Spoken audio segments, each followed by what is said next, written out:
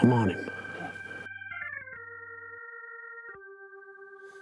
My daughter Ray tags her first buck this week, and Adam and I get up close with the mature buck we call the Trash Man. I'm on him. Growing Deer TV is brought to you by Bass Pro Shops, also by Reconics, Trophy Rock, Non-Typical Wildlife Solutions, Muddy Outdoor, Eagle Sea, Nikon, Winchester, Redneck Hunting Blind, Dead Downwind, Record Rack, Foxworthy Outdoors, Scent Master, Antler Dirt. Last week we celebrated our 3rd anniversary. For 3 years, every Monday morning, we've brought you a new episode year-round. We've never missed a Monday morning of releasing a brand new episode of Growing Deer TV. During those 3 years, I've been amazed at how much the viewership of Growing Deer TV has increased. I'm looking forward to more great weeks this hunting season and more great years of bringing you GrowingDeer.tv. Wednesday morning, the temperatures were predicted to be in the 20s. I knew it'd be very cold, likely a heavy frost, so Adam and I predicted a redneck blind overlooking a south-facing slope of a bedding area, thinking mature bucks might be in there trying to pick up a doe that was seeking that radiant sunshine to warm up. Just as dawn was breaking and we're opening up the windows in the redneck blind, I thought I saw the silhouette of a deer about 100 yards out in front of us. This dog better. Yeah, see him. Just to the right. You on him? Dang it. And we had a shooter buck, big body, big rack. We couldn't identify which one. 100 yards in front of us. We're overlooking a sanctuary bedding area. We're just sitting tight, see if he pops back out. He's got a doe with her. She should be right in here somewhere.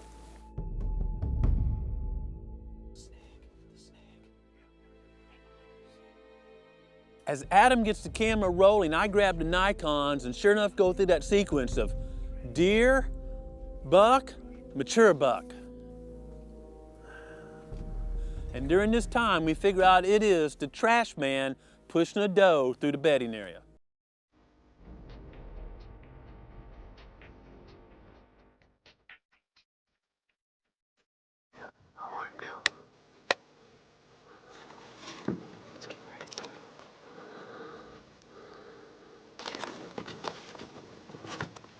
Ready? Yep. Nope, he stepped in the brush. I can see from here up, but there's not an ethical shot to be had. Ready? Yep. Yeah, turn around.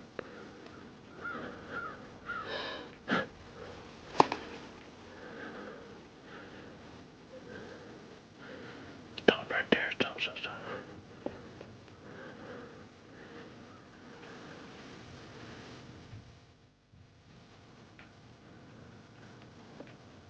Be ready. Oh, he's wide open, but he's wrong. I'm ready.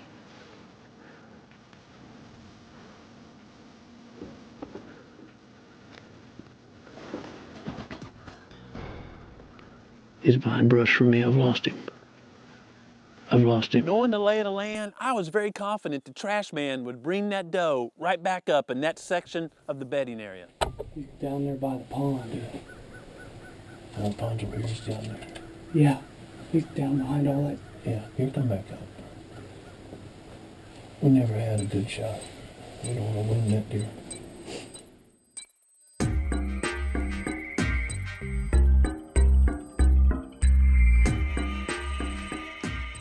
Got a yearling buck down here right where the Trash Man was this morning.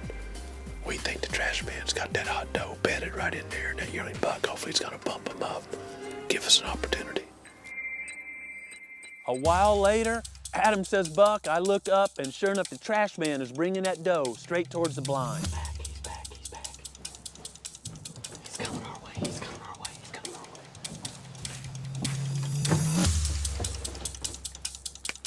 Tell me if you're on him. I'm on him. Okay, I'm on him too. I just gotta get a shot.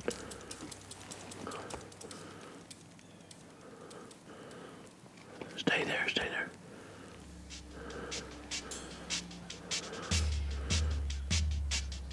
Man. Be ready right there. Be ready.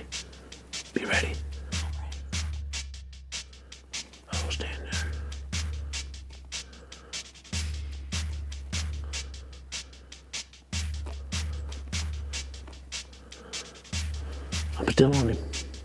I'm on him too. I'm gonna take him in the chest if he stops. I've got the gun up and I'm on him, but he's moving way too fast through a lot of stick-ups and brush to risk a I'm shot. on him. Okay. I'm just waiting for him to stop. I'm on him.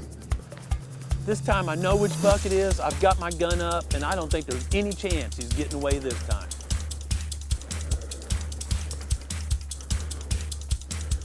I can see him, but I got no shot. I've lost him. I've lost him. Right here. Right here, right here, right here.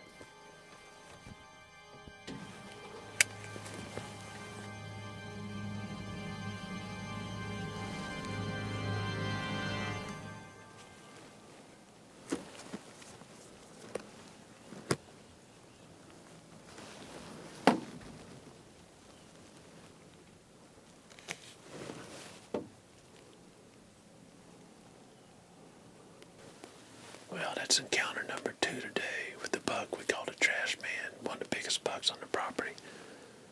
He was coming dead at us, and for about 10 feet he was out of brush. I had it right on his neck, but that's a tough shot when they're moving. And I opted to pass. Hopefully you'll get one more chance.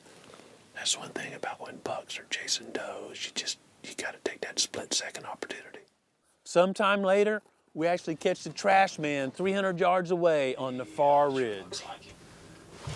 Yeah, that's our buck. That's the trash man. It was an extremely exciting and suspenseful morning, and my hopes are still high knowing the trash man's got a receptive doe right in that area. Oftentimes, bucks will stay with the receptive doe 24 to 36 hours. We know we're in the right place, and we're going to be right back there this afternoon.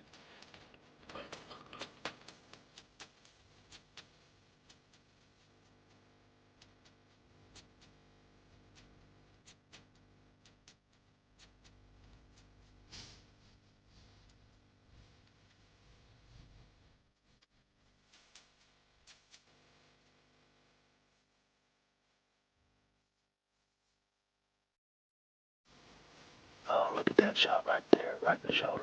Pow. Clean as a whistle. That afternoon, as the moments are passing, getting closer to dark, I hear something behind the blind. We get camera and gun pointed that way, and right at dark, a buck comes out the same trail.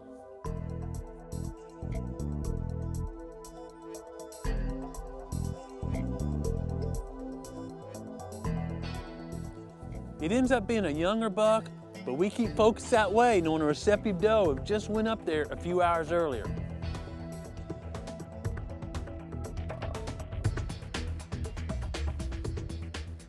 With all that action, Adam and I returned to the same redneck blind the next morning. We observed several deer moving in the distance, but really only one buck of interest, and it's a 3-year-old buck we called a jackknife.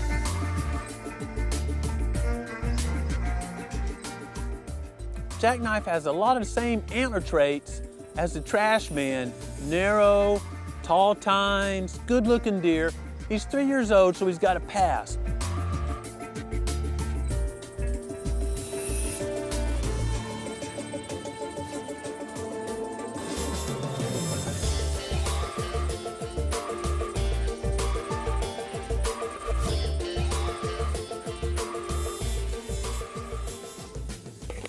Sticking to the same redneck blind because of all the encounters we've had, the next morning, mid-morning, the trash man appears in a food plot about 400 yards away.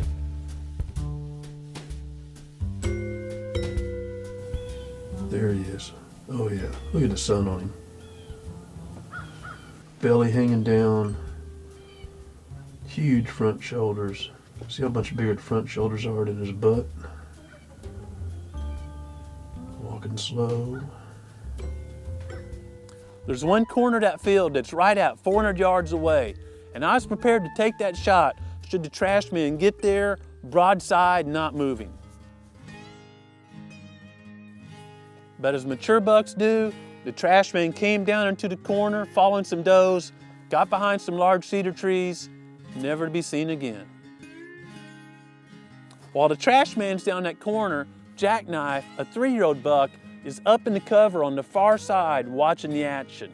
You know, when you have a dominant buck in an area, he will often displace or discourage other bucks from using that same area. Jackknife was wise. He stayed up into the cover, not getting in the trash man's way, knowing that his day is coming in the future. Friday afternoons, Ray, my youngest daughter, gets out of school early, and there's a perfect opportunity to get her back in a deer blind. Ray had put some self-imposed standards on herself to try to harvest a more mature deer. You know, at 10 years old, I want children to enjoy hunting. I want them to have some success and punch a tag and feel part of the team. So I encouraged her to maybe not be so picky, but I would leave the choice up to her should we have an opportunity. And before daylight, Ray and I were in our little homemade blind, just knowing that today was the day Ray was going to have an encounter.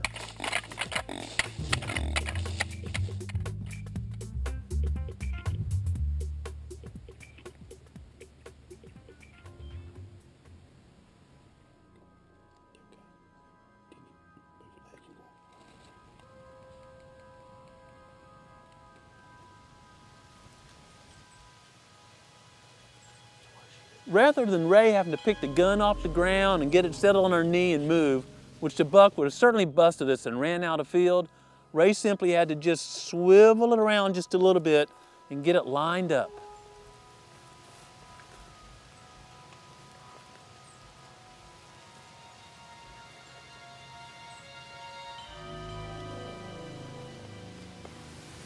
To safety. To safety.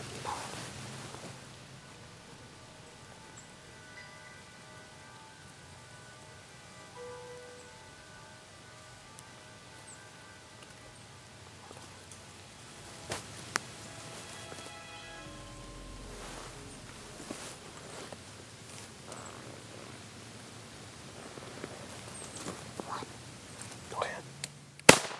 You got it, right? You got it. You got it. Good shot. Were you right on there? Mm-hmm. You got it, girl. I was right on the part where it's like right here. Perfect. Perfect. Talk to me about it. Well, the buck came out really fast from where we've had another buck like that come out. Once I got my crosshairs on it, I waited for it to kind of settle down, and I shot it.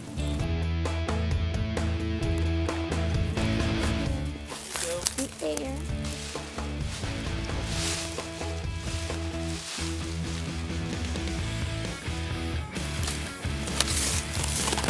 This is weird. He has 3 points on this one and 1 point on this one. Wow, you did a perfect shot.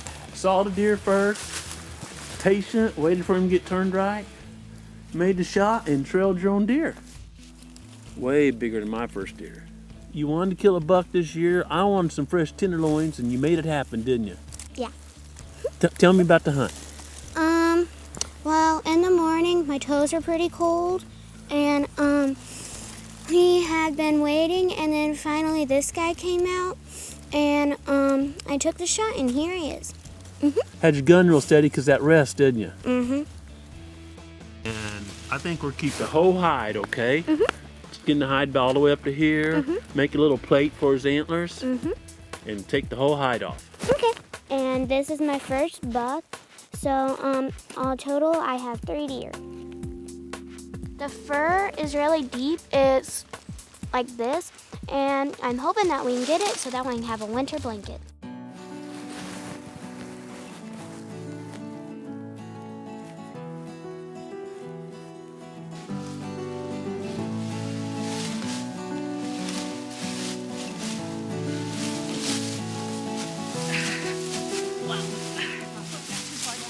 Is you just hoof, hoof. Uno, dos, tres. Tracy and Raleigh came and Tracy took some pictures at the recovery site, and then we all took turns moving that buck about 80 yards straight up the hill. Families pulling together, literally pulling together, sharing the workload, sharing the laugh, talking about success. Well, that's how families bond. Going through those times and sharing those experiences, that's what pulls families together and keeps them together. I hope you and your family get plenty of venison in the freezer this year, and along the way, take a moment and look at creation, and most importantly, remember to thank the Creator. Thanks for watching GrowingDeer.tv.